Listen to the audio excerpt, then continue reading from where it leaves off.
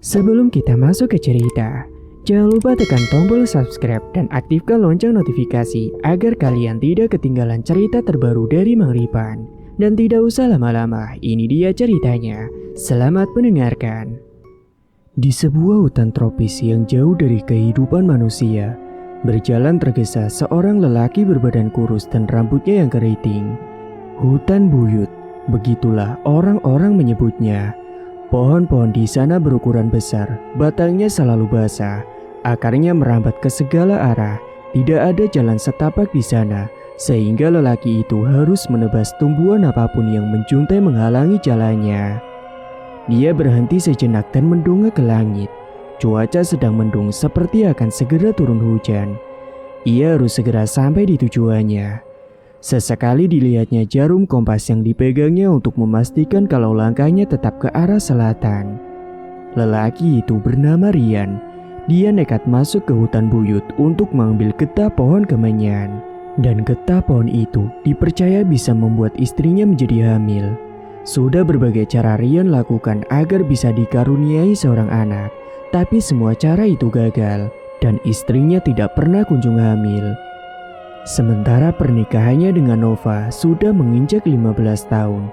Dia malu terus-terusan jadi bahan obrolan tetangga dan juga keluarga mereka karena dituduh mandul. Sementara mengenai pohon kemenyan di hutan buyut, dia tahu dari salah satu rekan kerjanya yang juga mengalami masalah yang sama. Ajaibnya setelah istrinya memakan getah pohon kemenyan, bulan berikutnya istrinya langsung hamil. Dan kata temannya itu, hanya ada satu pohon kemenyan di hutan buyut dan jarang sekali ada orang yang berani datang ke sana. Rian menghentikan langkahnya. Ada sebuah rumah tua yang di sana. Dia tersenyum.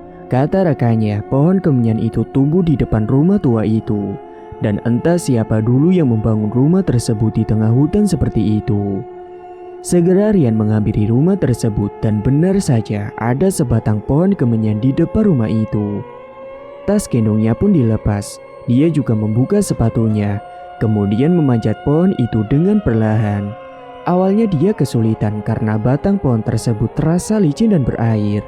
Rian harus menebas beberapa dahan terlebih dahulu sebelum mengiris batang pohon itu. Getah tersebut tidak akan langsung keluar, melainkan harus menunggu terlebih dahulu. Rian mengusap dahinya yang basah oleh keringat. Dengan golok kecil yang ia gunakan, batang pohon tersebut dilukai sayat demi sayat. Dan setelah dirasa cukup, dia pun memasukkan kembali goloknya ke dalam rangka. Ia harus tetap di hutan sampai getah itu muncul. Dan tidak ada pilihan lain bagi Rian selain menginap di dalam rumah tua itu. Dinding rumahnya sudah dirambati tumbuhan. Lantainya kotor sekali dan pintunya menganga, tidak ada daun pintu terpasang di sana. Dia memperhatikan sekeliling, sudah sangat acak-acakan. Banyak juga kayu-kayu bekas furnitur berserakan. Rian juga menemukan sumur yang masih berair di halaman bagian belakang rumah. Katrol alat untuk menimba sumur masih berfungsi. Terlihat seperti baru diperbaiki oleh seseorang. Dan mungkin saja itu adalah rekannya Rian yang tempo hari mencari getah kemenyan untuk istrinya. Rian pun kembali ke ruang tengah. Ada 2 kamar di rumah itu. Semuanya sudah tidak berpintu. Bahkan jendelanya melompong, tidak ada kacanya. Banyak daun-daun kering berserakan di lantai. Rian menyingkirkan daun tersebut menggunakan sepatunya. Setelah lumayan bersih, dia pun duduk sambil mendongak, menarik napas lega. Dia memeriksa HP-nya, lalu tersenyum. Ternyata masih ada sinyal di tengah hutan seperti itu. Dia pun ingin berkabar pada Nova. Halo dek. Sayang, kamu kok belum pulang? Aku ada lagi tugas mendadak di luar kota. Kemungkinan besok aku baru akan pulang. Oh begitu. Lah terus tugas di mana? Di Bandung dek. Ya udah, hati-hati ya. Kamu bahkan gak bawa salin loh. Tenang aja, aku bisa beli kok di sini. Ini kamu lagi di mana? Kok sepi banget? Ini lagi di toilet dek. Jawab Rian berbohong. Dia tidak mau istrinya tahu kalau dia sedang berada di hutan buyut. Ya sudah kalau begitu, aku lagi masak mie nih. Ya udah, kalau gitu udah dulu ya. Kamu jaga diri ya di rumah. Rian pun menutup telepon. Di dalam tasnya ada sebuah tikar kecil yang sengaja dia bawa untuk alas tidur. Tikar itu digelar, dia pun membaringkan badan berbantal tas gendong. Hari yang sangat melelahkan bagi Rian. Dia berharap besok getah itu bisa dia ambil.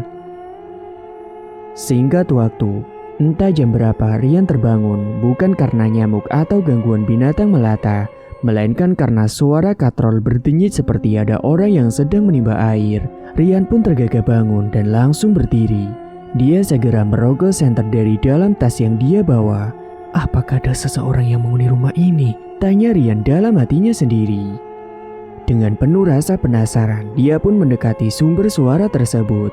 Rian kemudian terperanjat saat cahaya senternya menyinari tubuh seorang nenek yang sedang menimba air di sana.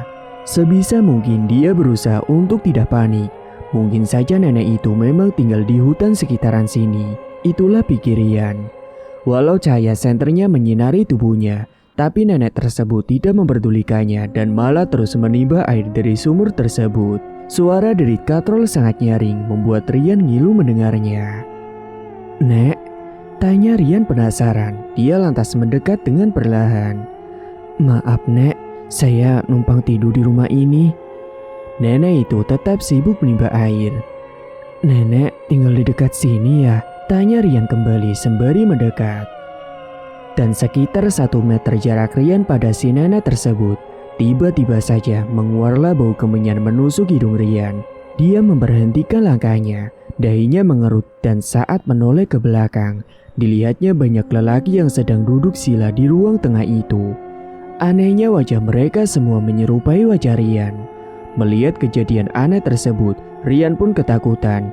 Dia langsung berlutut meminta ampun. Rian paham bahwa tidak ada jalan untuk lari dan dia sudah memprediksi hal ini sebelumnya.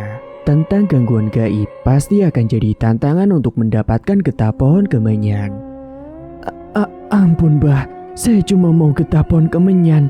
Tolong maafkan saya kalau saya mengganggu." Rian menundukkan kepala, matanya terpejam dan keringatnya mengucur di wajah. Tidak lama setelah itu, kepalanya pun terasa pusing dan tubuhnya lemas seketika, dan dia pun jatuh terkapar di lantai. Singkat waktu, keesokan paginya dia tersadar. Buru-buru Rian memeriksa batang pohon kemenyan. Getah tersebut sudah muncul dan mengkristal. Dia mengoreknya dengan pisau kemudian memasukkan getah tersebut ke dalam tas yang dia bawa dari rumah. Setelah itu dia pun bergegas pergi dari tempat itu. Dia ingin segera memberikan kemenyan tersebut pada istrinya. Dan singkat waktu, sesampainya di rumah, dia langsung menggerus kemenyan tersebut kemudian melarutkannya ke dalam air hangat. Ia sangat yakin kalau kemenyan ini bisa membuat istrinya bisa hamil. Rian tidak sabar ingin segera punya keturunan. Dan saat istrinya sedang menonton TV di kamar, dia lantas memberikan segelas air yang sudah dicampur bubuk kemenyan tersebut. "Air apa ini Mas?" "Ini air jampe, biar kita cepat punya keturunan. Kamu minum ya." Nova pun mengangguk kemudian menghabiskan air tersebut. Dan ajaibnya, seminggu kemudian Nova pun langsung mual-mual dan setelah dicek ternyata dia benar-benar hamil. Rian pun langsung memeluk istrinya dengan penuh bahagia. Setelah ia menunggu selama bertahun-tahun, akhirnya kini Nova hamil juga. Dia pun mengabarkan kehamilan istrinya itu pada semua keluarga, kerabat, dan juga rekan kerjanya. Semuanya pun turut ikut bahagia mendengarnya. Dan singkat waktu, di bulan ke-8 kehamilan Nova, tiba-tiba saja perutnya mengempis. Jabang bayi yang ada di dalam perutnya hilang entah kemana. Sontak Nova pun menangis panik. Rian tidak mengerti apa yang sedang terjadi.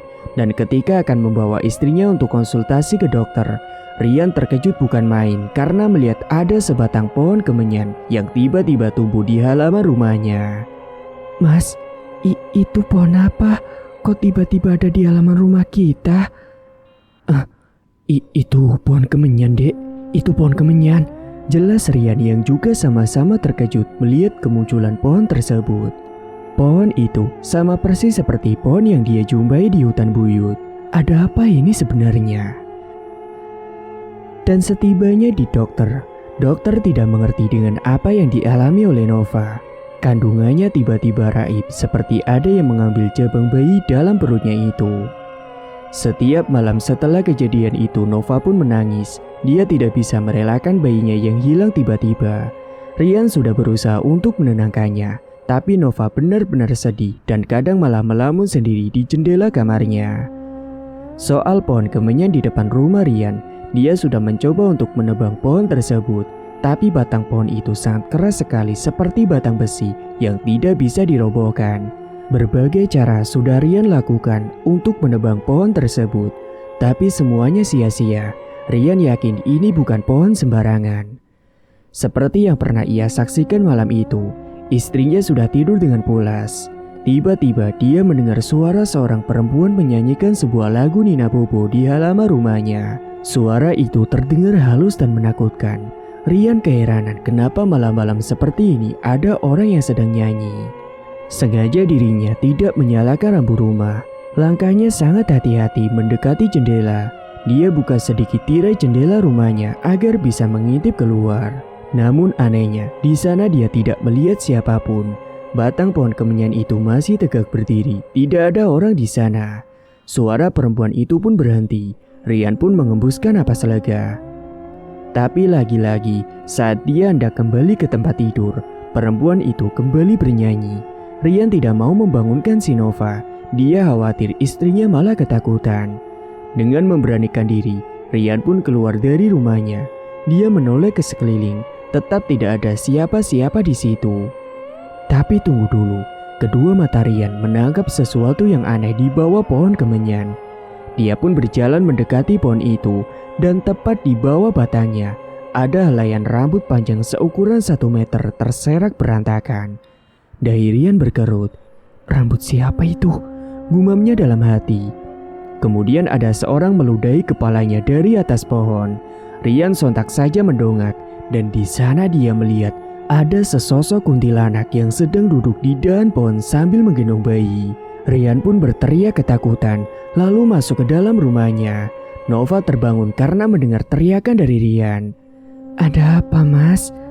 Rian menelan ludahnya. Napas terengah-engah, dahinya berkeringat sebisa mungkin dia mencoba tetap tenang. Gak ada apa-apa, Dek.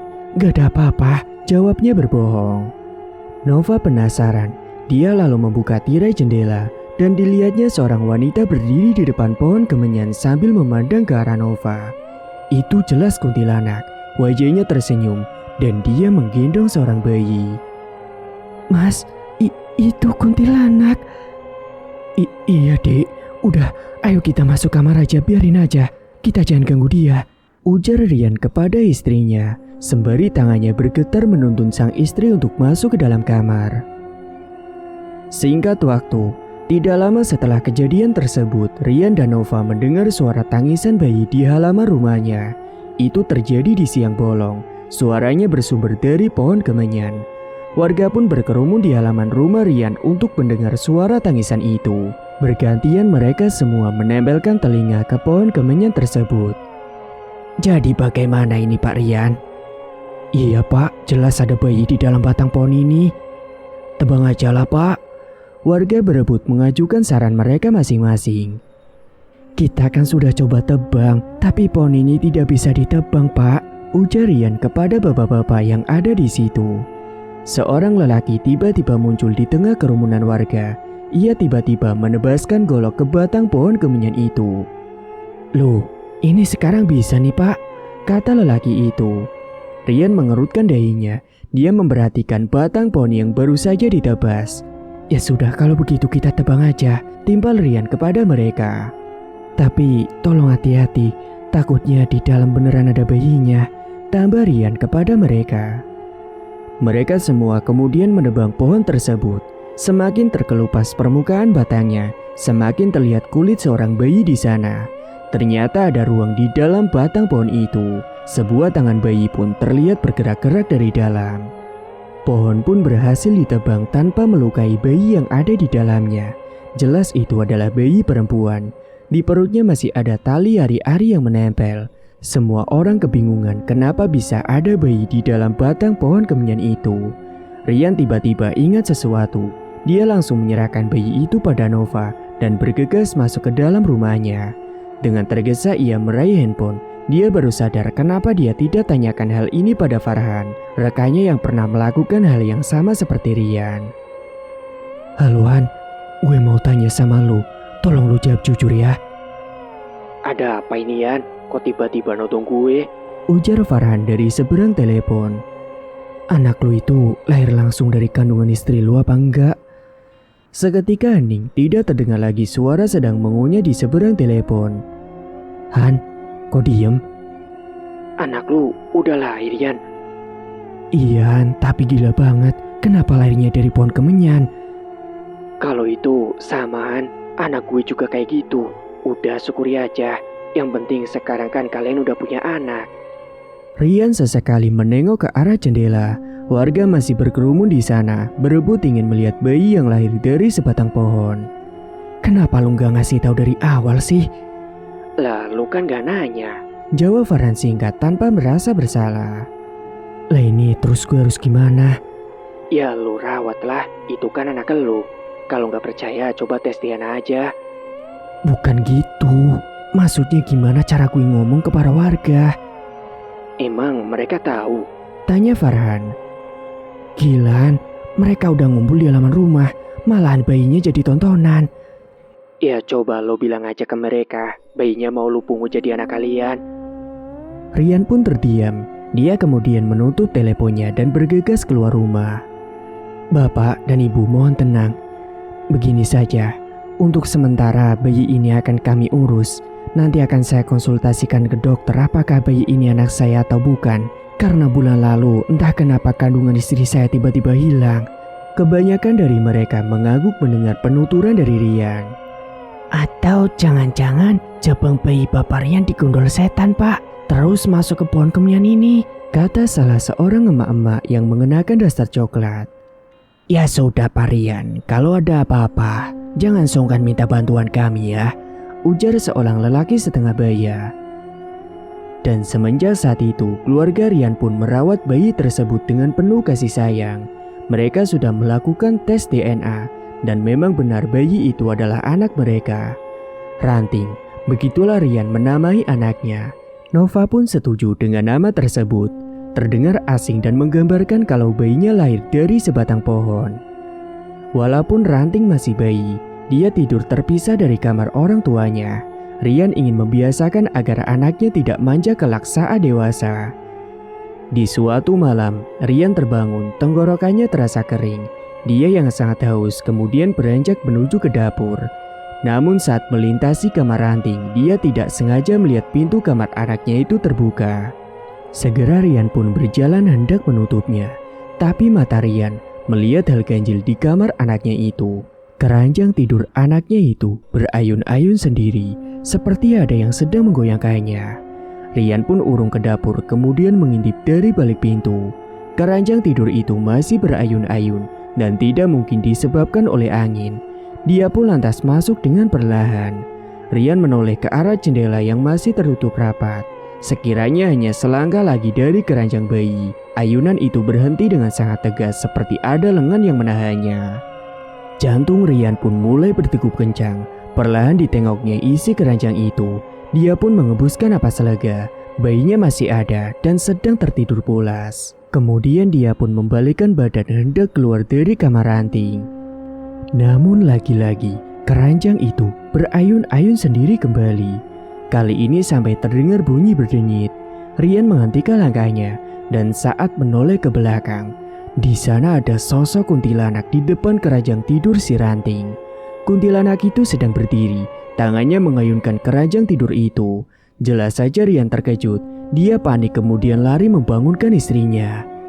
Dek, bangun dek. Rian mengguncangkan pundak Nova. Nova pun membuka matanya perlahan. Ada apa sih mas? Ranting deh, Ranting. Kenapa dengan Ranting mas? Ada kuntilanak di kamar Ranting. Mereka berdua pun segera kembali ke kamarnya si Ranting. Dan saat mereka masuk ke kamar Ranting untuk memeriksa kembali, ternyata kuntilanak itu sudah tidak ada. Segera Nova langsung menggendong bayinya. Ia tidak mau lagi Ranting dipisahkan dari kamarnya. Sampai Ranting tumbuh menjadi anak yang cantik, ia tetap tidur bersama kedua orang tuanya. Mereka tidak tahu kalau setiap malam saat mereka tertidur nyenyak, kuntilanak itu selalu datang menghampiri Ranting. Singkat waktu, namun kebahagiaan Rian dan Nova tidak berlangsung lama. Saat Ranting berusia tepat 6 tahun, malam itu 4 komplotan rampok berhasil membunuh 2 orang warga yang sedang ronda. Tujuan mereka tentu rumah Rian, karena dari semua warga di sana, keluarga Rianlah yang terlihat paling kaya. 4 komplotan itu memanjat pagar rumah Rian. Mereka berhasil membobol pintu rumah. Perlahan mereka juga berhasil membobol pintu kamar Rian. Tanpa banyak basa-basi, mereka menghantam kepala Rian dengan sebuah palu. Rian pun terkapar tidak berdaya. Dan sebelum Nova berteriak, mereka sudah mencekik lehernya. Tubuhnya meronta-ronta kehilangan napas dan tewas dengan keadaan mata melotot. Ranting terbangun. Salah satu dari mereka langsung menggendong anak itu dan melakban mulutnya. Kedua tangan Ranting diikat. Teman-temannya yang lain menggeledah penjuru kamar mencari barang berharga apapun yang bisa dibawa. Uang, perhiasan, dan handphone berhasil mereka rampas. "Anak ini kita apakan?" tanya orang yang menggendong Ranting. Anak itu meronta-ronta, matanya berair. "Bunuh saja dia," kata salah seorang dari mereka. Rian ternyata masih sadarkan diri. Dengan sisa tenaga yang dia punya, dia mengangkat wajahnya ke arah lelaki yang sedang menggendong Ranting. "Kumohon, jangan bunuh dia," parau suara itu keluar dari mulut si Rian. "Alah, banyak bacot." Kemudian lelaki yang menggenggam palu menghantam kepala Rian bertubi-tubi hingga batok kepalanya pecah. Darahnya tercacar kemana-mana. Rian pun tewas mengenaskan. "Siapa yang berani bunuh anak ini?" tanya lelaki yang menggendong Ranting. "Letakkan anak itu di lantai," suruh salah seorang dari mereka. Entah apa yang terjadi. Keesokan paginya, keempat rampok itu terkapar sudah mati. Isi perutnya terburai, darah memenuhi lantai. Ranting berdiri di atas tubuh perampok itu. Wajahnya pun merah oleh bercak darah. Warga heboh mendapati Ranting selamat dari pembunuhan. Mereka juga heran siapa yang membunuh para perampok itu dengan cara yang sangat sadis. Singkat cerita, setelah kedua orang tuanya meninggal, untuk sementara waktu Ranting tinggal bersama Pak Sunario, seorang ketua RT. Dia sudah mencoba menghubungi pihak keluarganya Ranting, tapi tidak ada yang mau mengurus anak itu. Mereka malah memperebutkan harta Rian yang padahal seharusnya jadi hak milik si Ranting. Rumah orang tua Ranting dijual tanpa sepengetahuan Pak Sunario. Mereka enggan mengurus Ranting karena tahu kalau Ranting lahir secara tidak wajar dari batang pohon kemenyan, dan itu sangat menakutkan bagi mereka. Di sisi lain, keluarga Pak Sunario tidak sanggup lagi kalau harus mengurus Ranting sampai dewasa, karena dia juga punya 6 anak yang harus diurus dan juga dibiayai. Dan singkatnya, setelah 3 bulan tinggal bersama keluarga Pak Sunario, Ranting dibawa ke kantor kelurahan. "Bawa ke panti asuhan saja, Pak. Di sana kehidupan Ranting pasti terjamin," kata staf di kantor tersebut. "Oh, betul juga. Namun, panti asuhan mana yang bisa menerima Ranting? Apakah ada biayanya?" "Ke Bening kasih aja, Pak. Saya kenal dengan kepala yayasannya. Di sana gratis kok, Pak. Tenang aja." Hari itu juga, Ranting pun berkemas. Dia diantar Pak Sunario ke panti asuhan. Tas besar yang berisi semua pakaian Ranting dibawa oleh Pak Sunario. Sementara Ranting sendiri hanya menjinjing sebuah boneka kelinci warna putih kesayangannya. Mereka naik angkot menuju panti asuhan. Perlahan angkot pun menjauh. Kala itu, Ranting dari belakang kaca angkot memperhatikan rumahnya yang sudah dimiliki orang lain. Air matanya menetes sangat membasahi pipinya. Singkatnya kemudian, Ranting berdiri di depan gerbang panti asuhan. Cat gerbangnya berwarna hijau yang mulai memudar. Pintu gerbangnya juga sudah berkarat. Engselnya mengeluarkan bunyi nyaring kalau digerakkan. Anak-anak terlihat berlarian di halaman panti yang cukup luas. Ada yang sedang bermain ayunan, main bola plastik, main karet.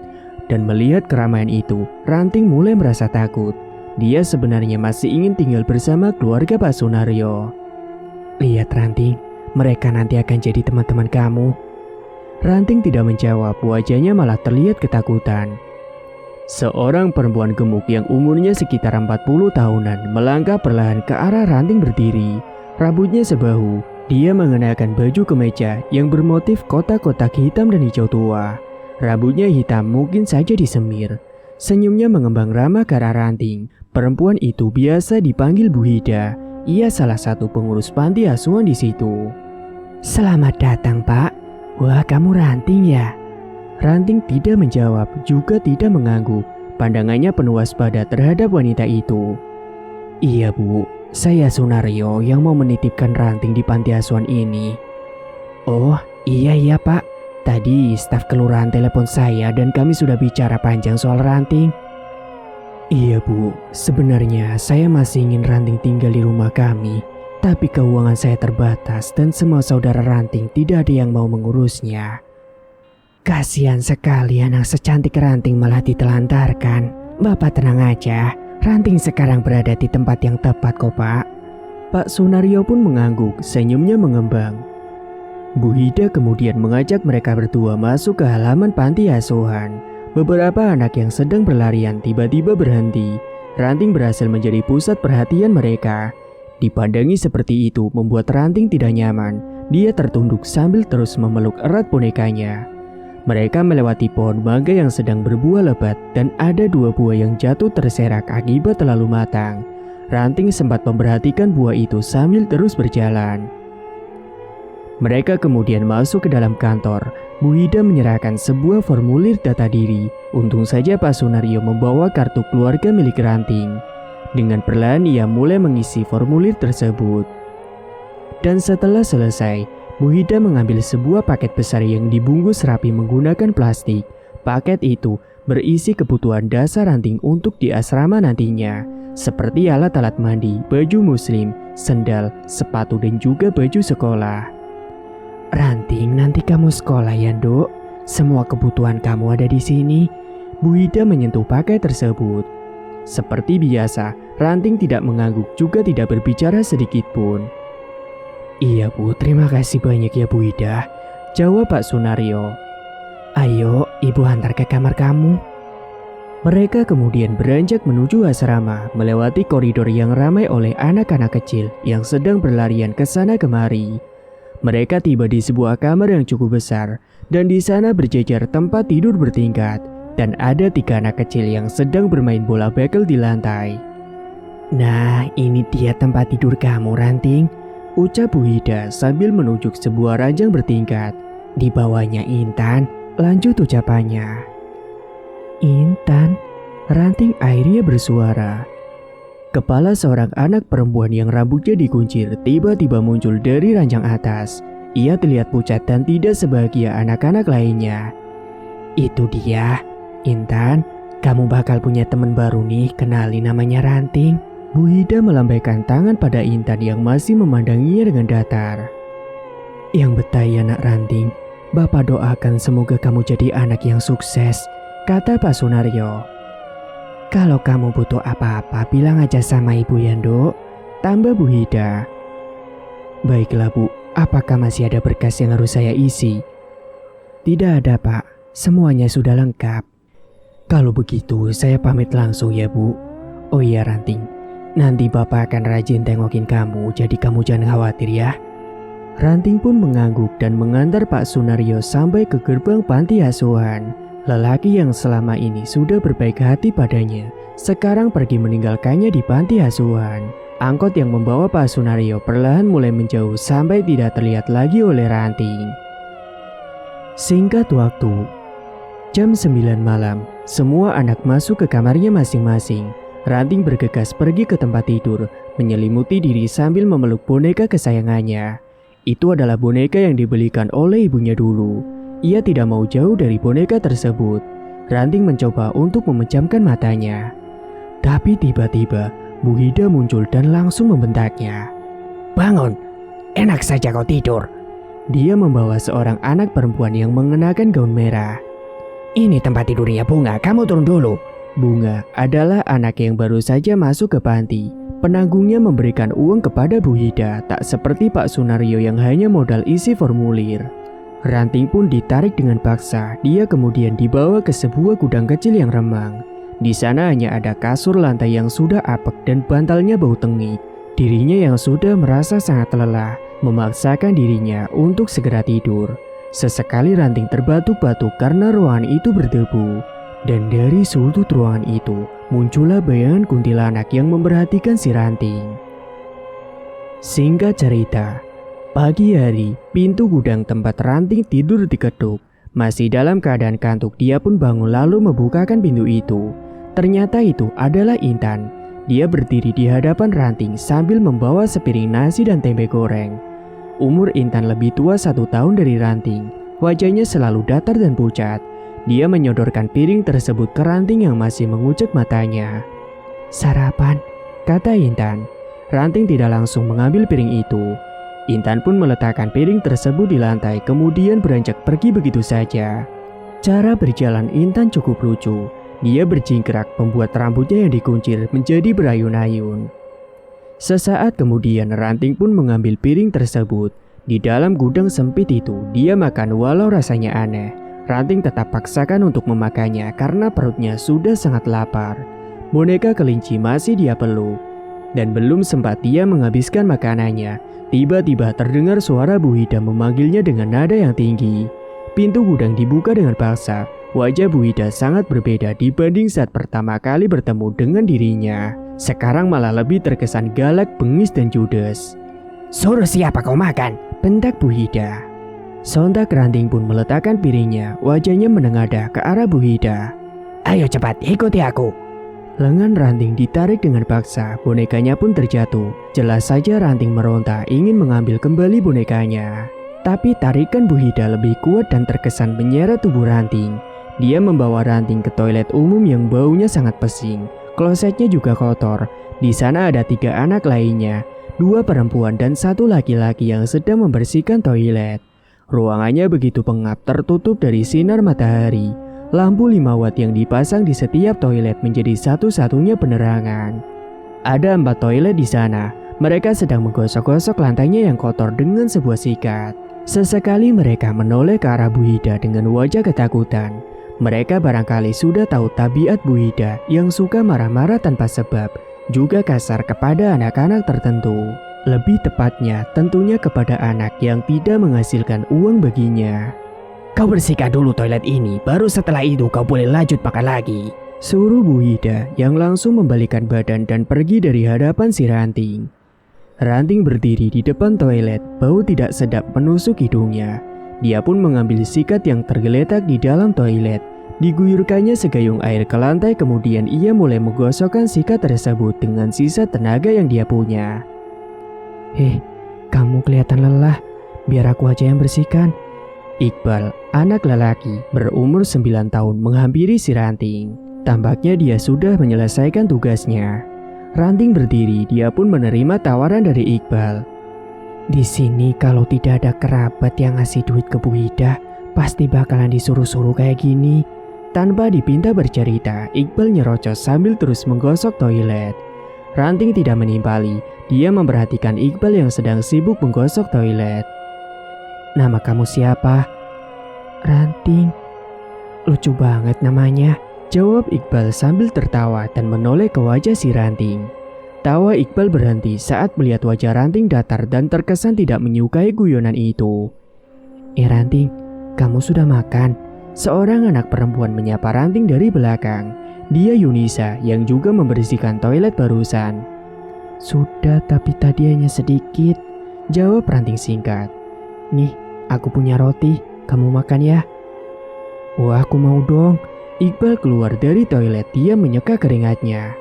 "Aku juga mau." Dari pintu toilet lainnya muncullah Faula. Yunisa merogoh kantong roknya. "Tenang, aku punya banyak kok." "Loh, kamu dapat dari mana?" tanya Iqbal. "Tadi pas bersih-bersih kamar Bu Hida, aku curi roti-roti ini soalnya aku lapar banget.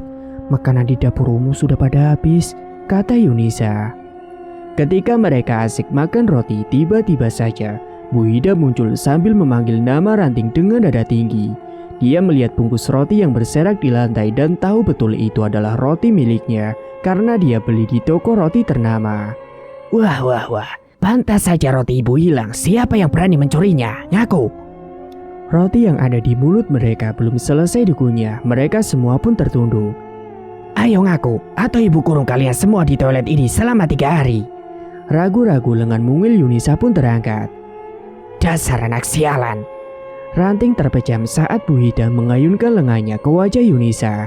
Dan ketika Ranting membuka matanya, Yunisa sudah terkapar di lantai yang basah. Darah mengucur dari hidungnya. Dia pun langsung tewas seketika. Singkatnya, kematian Yunisa membuat heboh panti asuhan. Sampai-sampai Pak Manto, ketua yayasan, panik atas kejadian ini. Liciknya, Bu Hida mengancam setiap anak yang menyaksikan kejadian itu.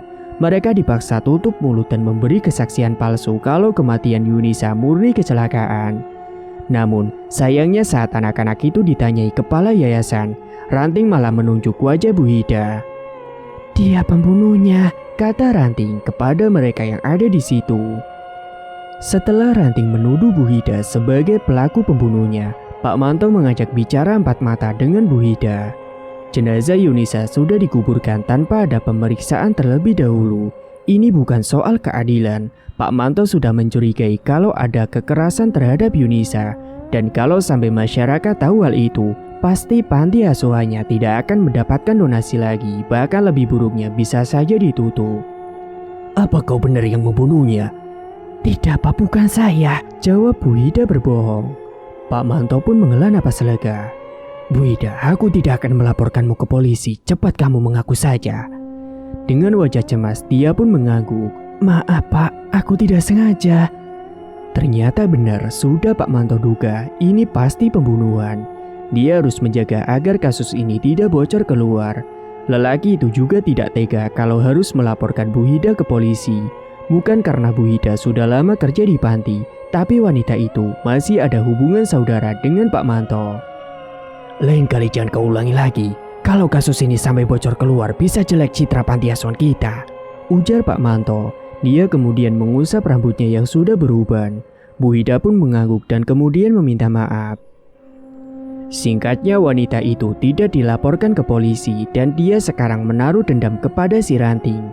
Malam itu juga, dia mendatangi gudang sempit tempat Ranting tertidur. Ranting diseret paksa masuk ke dalam toilet yang pengap dan bau. Itu adalah toilet yang tempo hari dibersihkan oleh Ranting. Saat Ranting diseret, Iqbal dan Faula mengintip dari jendela kamarnya dengan penuh kecemasan. Ranting pun berteriak meminta jangan dikurung sambil meronta-ronta. Namun Bu Hida tidak memperdulikannya. Bu Hida akan menyiksanya terlebih dahulu sebelum Ranting dikurung di dalam toilet bau itu. Tubuhnya dihempaskan, Ranting tersungkur ke lantai yang basah dan kotor. Lengannya kemudian ditarik paksa, rambutnya dijenggut dan kepalanya dimasukkan ke dalam ember berisi air. Sontak saja tubuh Ranting meronta, dia kehilangan napas. Kemudian Bu Hida mengangkat kembali kepalanya. Wajah Ranting sudah menjadi pucat, dia pun batuk-batuk. Dasar anak setan. Wanita itu memasukkan kembali kepala Ranting ke dalam ember. Namun, tiba-tiba kedua lengan Bu Hida merasa lemas, matanya melotot, suaranya tertahan di tenggorokan. Sebuah pisau yang panjangnya sejengkal orang dewasa telah tertancap di lehernya Bu Hida. Darah menetes perlahan, dia pun kemudian ambruk. Ranting terkejut saat melihat Intan berdiri di hadapannya sambil tersenyum. Kamu udah makan? Tanya Intan. Ranting masih mengatur napasnya yang masih sempat sesak, matanya sembab dan hidungnya memerah. Kedua kaki Ranting basah oleh darah yang semakin lama banyak mengalir dari lehernya Bu Hida. Belum, jawab Ranting sambil mengusap wajahnya. Tubuhnya bergetar ketakutan melihat mayat Bu Hida yang terkapar mengenaskan. Intan kemudian membantu Ranting untuk berdiri. Dia juga mengguyurkan air ke kedua kaki Ranting yang berlumuran dengan darah. Sesekali Ranting menoleh ke mayat Bu Hida. Dia tidak menyangka kalau Intan benar-benar akan membunuh wanita bajingan itu. Kamu jangan khawatir, Bu Hida tidak pantas hidup. Dia akan tenang di neraka, kata Intan. Dia sadar kalau Ranting sedang ketakutan. Dan setelah kaki Ranting bersih, Intan pun menuntun lengannya dan mereka berdua keluar dari toilet. Intan ikut masuk ke gudang Ranting. Di sana mereka berdua duduk di atas kasur butut sambil memakan roti yang Intan curi dari kamar Bu Hida. Tiba-tiba mata Intan menangkap sesuatu yang menarik. Itu boneka kesayangan milik Ranting. Bonekanya bagus. Iya, dibelikan bapak sama mama. Intan mengangguk dan mulutnya terlihat sibuk mengunyah. Kamu tahu, kamu itu adikku. Ranting mengerutkan dahinya.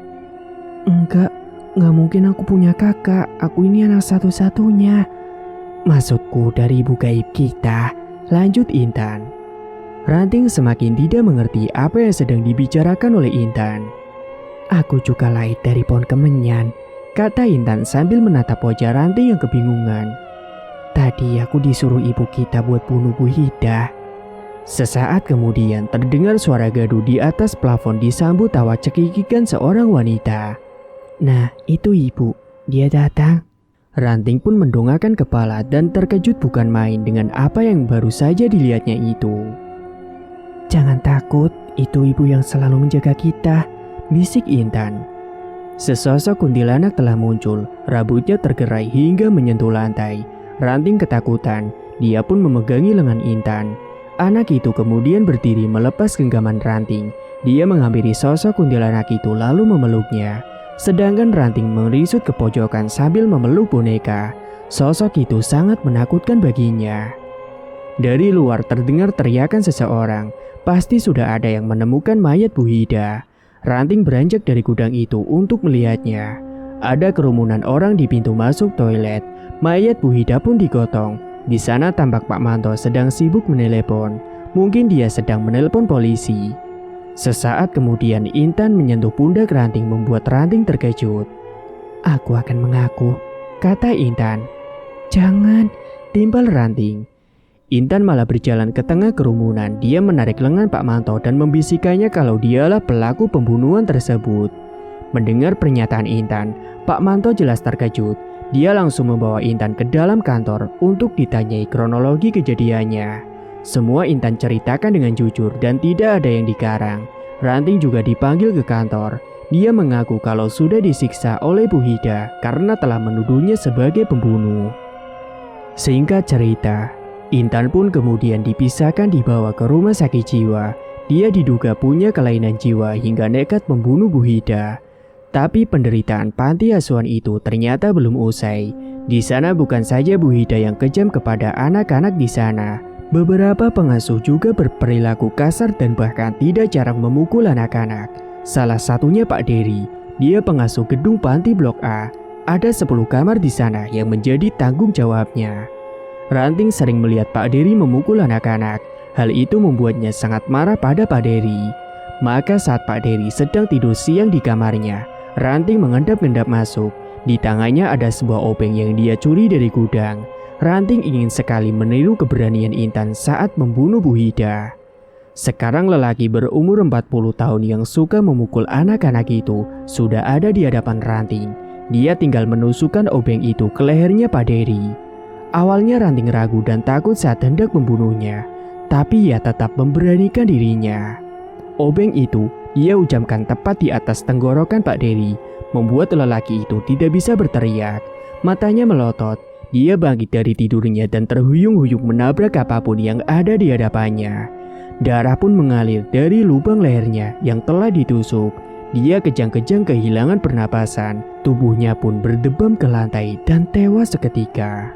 Napas Ranting terengah-engah, keringatnya mengucur di wajah. Dia masih tidak percaya kalau telah berhasil membunuh Pak Dery. Setelah itu, obeng di leher Pak Dery pun dia cabut. Ranting beranjak ke kamar mandi yang kebetulan ada di dalam ruangan. Obeng yang masih berlumuran darah segera dia cuci. Tangannya bergetar, sebisa mungkin dia tidak mau aksinya terbongkar. Karena masih ada beberapa orang di panti asuhan itu yang akan dia bunuh. Singkatnya tidak ada satupun yang dapat mengendus siapa pelaku pembunuhan itu. Para pengasuh di panti pun mulai resah, mereka ketakutan, bahkan ada juga yang sudah mengundurkan diri karena takut jadi korban pembunuhan, termasuk 2 orang yang sudah ditargetkan oleh Ranting. Mereka sudah tidak mau lagi kerja di sana. Untungnya masih 1 orang yang ingin Ranting bunuh dan dia adalah Pak Manto, ketua yayasan dari panti asuhan itu. Hal itu Ranting lakukan karena dia marah soal Bu Hida yang tidak diadili setelah membunuh temannya. Singkat waktu, Ranting pun dipindahkan dari gudang ke kamar yang lebih layak. Dia juga sudah mulai bersekolah. Tidak ada sekolah khusus untuk anak-anak yatim. Mereka bergabung dengan SD yang letaknya tidak jauh. Mungkin hanya sepelemparan batu dari gerbang asrama panti asuhan. Di sekolah itu, Ranting berbeda dengan anak-anak lainnya. Kecerdasannya melampaui anak seusianya. Dia bahkan sudah bisa membaca dan menulis sebelum diajarkan gurunya. Para guru di sana memaklumi. Mereka mengira ada yang mengajarkan Ranting di panti. Padahal kenyataannya, Ranting tidak pernah belajar pada siapapun. Dia pintar di segala bidang, termasuk berhitung. Rantinglah yang paling jago. Semua soal di papan tulis pasti dia yang maju ke depan untuk menyelesaikannya. Sampai-sampai guru tidak mengizinkan Ranting lagi untuk maju ke depan agar memberikan kesempatan pada siswa yang lain. Belakangan ini Ranting masih mencari cara untuk membunuh Pak Manto. Lelaki itu tidak tinggal di komplek panti asuhan, melainkan terpisah. Rumahnya cukup jauh. Setiap habis kunjungan ke panti, Ranting melihat kalau laju mobil Pak Manto pergi ke arah timur. Tidak kuat rasanya, Ranting ingin sekali cepat menghabisi lelaki tersebut. Namun ketika Ranting sedang melamun, Budila pun memanggilnya, membuyarkan lamunan si Ranting. Karena itu masih jam pelajaran, tapi pikiran Ranting sudah merayap pergi kemana-mana. "Coba kamu kerjakan soal di papan tulis," pinta Budila, guru matematika. Dia sudah beberapa kali meminta murid lain mengerjakan soal itu, tapi semuanya salah. Sengaja Ranting diminta mengerjakan, sebab Dila melihat anak itu sedang melamun dari pagi. Ada 20 murid di kelas tersebut. Ranting duduk di bangku paling belakang. Ranting pun kemudian melangkah maju. Dia mencomot sebatang kapur yang tinggal setengah dari tangan Budila. Di papan tulis ada sebuah soal sederhana tentang pengurangan. Dengan mudah Ranting pun menyelesaikannya. Budila menganggukkan kepala saat melihat jawaban dari Ranting. Kemudian Budila pun menyuruh siswa yang lain untuk memberikan tepukan tangan kepada si Ranting. Ranting kemudian diminta kembali ke tempat duduknya, namun tiba-tiba saja ia mendengar suara menggema di kepalanya. "Ranting!" Itu adalah suara seorang wanita. Tak lama berselang perutnya pun terasa mual, seperti ada sesuatu yang memaksanya untuk keluar. Dia pun menutup mulutnya dengan telapak tangan kanan. Dia lalu lari keluar kelas menuju ke toilet sekolah. "Ranting, kamu kenapa nak?" tanya Budila sesaat sebelum Ranting pergi meninggalkannya. Setibanya di toilet, dia langsung mengunci pintunya. Wajahnya merah dan juga berkeringat. Perutnya terasa sangat mual sekali, tapi belum ada apapun yang keluar dari dalam perutnya. Ranting meraba perutnya hingga menyentuh sesuatu yang terasa aneh, seperti ada butiran batu sebesar bola bekel di dalam perutnya. Ranting panik, dia lalu memijit perutnya dengan sekuat tenaga. Dia mencoba untuk mengeluarkan batu-batu itu. Dari luar terdengar suara Budila memanggil namanya. Perempuan itu mengetuk-ketuk pintu toilet. "Ranting, kamu sakit ya nak? Ranting, buka pintunya." Namun Ranting tidak menjawab. Akhirnya setelah itu Ranting pun muntah. Namun yang keluar bukan makanan atau cairan, tapi malah batu-batu kemenyan. Ranting heran kenapa dia memuntahkan batu-batu kemenyan. Dia lalu membuang bebatuan itu ke dalam tong sampah di sudut ruangan toilet. "Ranting baik-baik aja kok bu," jawab Ranting sambil membasuh wajahnya. Dia menghadap cermin kecil di dinding. Namun ia kemudian sangat terkejut. Ada sosok kuntilanak di belakangnya. "Ibu," bisik Ranting ketika melihat sosok tersebut. Singkat waktu, di lain hari, pagi itu mobil Pak Manto memasuki halaman panti. Ranting melihatnya dari kejauhan. Raut wajahnya seketika marah. Ranting masih ingat kejadian yang menewaskan temannya dulu. Setelah Pak Manto beranjak pergi dari mobilnya, Ranting buru-buru berlari mendekati mobil itu. Dia mencoba membuka pintu mobil Pak Manto. Seketika wajah Ranting sumringah lantaran pintu mobil itu lupa dikunci. Sebelum pintu terkunci otomatis, Ranting sudah berada di dalam. Ia berbaring di bawah kursi baris kedua. Sesaat kemudian terdengar suara pintu sudah dikunci. Dan sekitar 2 jaman, Pak Manto pun akhirnya kembali lagi ke mobil. Dia tidak mencurigai apapun. Dia menyalakan mesin mobil dan pergi dari halaman panti tersebut. Dan di perjalanannya itu, sebuah radio dinyalakan. Pak Manto mendengarkan musik dangdut kesukaannya. Sesekali kepalanya mengangguk-ngangguk dan menirukan sang vokalis bernyanyi. Mobil yang dia kemudikan pun melintasi pertokoan lalu masuk ke perkebunan. Jalanan semakin menanjak. Sekarang Pak Manto dapat melihat pemukiman warga dari sana. Dia sedang berada di perbukitan. Jalanannya sepi, namun dia tetap mengemudi dengan kecepatan yang stabil. Tepat di sebuah tikungan jalan, tiba-tiba Ranting muncul dari kursi belakang. Hal itu sontak membuat Pak Manto terkejut. Ranting pun loncat ke arah Pak Manto. Anak itu menutup pandangan Pak Manto dengan tubuhnya yang mungil. Mobil pun oleng, lajunya tidak beraturan. Dan tidak lama kemudian mobil itu pun akhirnya menabrak trotoar di tikungan. Nahas, mobil itu pun terjerembab masuk ke dalam jurang.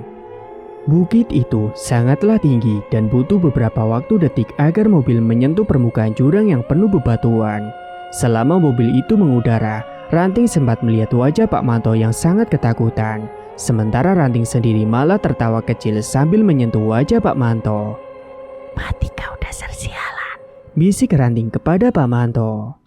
Mobil pun kemudian terjun menghantam bebatuan dan meledak begitu saja. Api menyembur ke langit, asap pun membumbung.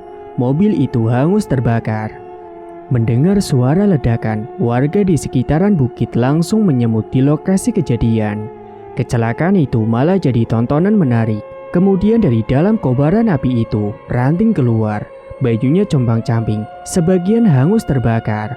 Wajahnya hitam kena kepulan asap. Dia keluar sambil tersenyum puas. "Lihat, dia masih hidup. Ajaib," ucap warga yang heran melihat kejadian tersebut. Singkat cerita, 1 bulan kemudian, "Dia anak yang paling pintar di sini."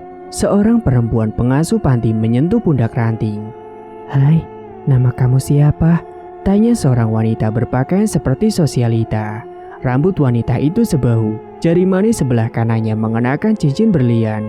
Dari perawakannya jelas kalau wanita itu adalah keturunan Tionghoa. "Ranting," jawabnya dengan senyuman yang mengembang. Wanita itu kemudian mengelus rambutnya si Ranting. "Wah, bonekanya bagus ya." "Iya, ini pemberian orang tuaku dulu." Kemudian perlahan dan ragu-ragu, Ranting menyentuh wajah wanita itu. "Kamu mirip ibuku," ucap si Ranting. Wanita itu kemudian menghela napas. Dia lalu mengajak suaminya dan pengasuh panti untuk diskusi. "Pak, aku mau adopsi Ranting." Suami wanita itu pun tersenyum, begitu juga pengurus panti. Sementara di tempat lain, jauh dari panti asuhan Beningkasi, Intan menjadi masalah di rumah sakit jiwa. Dia kerap kali mencelakai orang-orang yang tidak disukainya. Bahkan tanpa ada orang yang tahu, suster yang merawatnya dengan penuh kebencian telah Intan bunuh. Intan telah meracuninya menggunakan pembersih kloset. Dengan pintar dia merekayasa seolah-olah itu adalah bunuh diri. Intan dan Ranting sama-sama terlahir dari batang pohon kemenyan dan mereka punya ibu gaib, yaitu kuntilanak. Mereka selalu diawasi dan dilindungi kemanapun mereka pergi. Lalu kalau kalian bertemu dengan mereka berdua, apa yang akan kalian lakukan? Dan itulah cerita yang kali ini Mang Ripan bawakan. Cerita ini ditulis oleh Bang Esot. Bagi yang ingin membacanya secara langsung, bisa kunjungi link yang ada di deskripsi. Tamat, cerita pun selesai. Dan itulah cerita yang Mang Ripan bawakan kali ini. Terima kasih bagi kalian yang sudah menyimak cerita sampai akhir. Dan jangan lupa nantikan cerita terbaru lainnya yang akan Mang Ripan bawakan. Semoga kalian semua sehat selalu di sana, agar tidak ketinggalan updatean dari Mang Ripan. Dan sampai jumpa lagi di cerita berikutnya.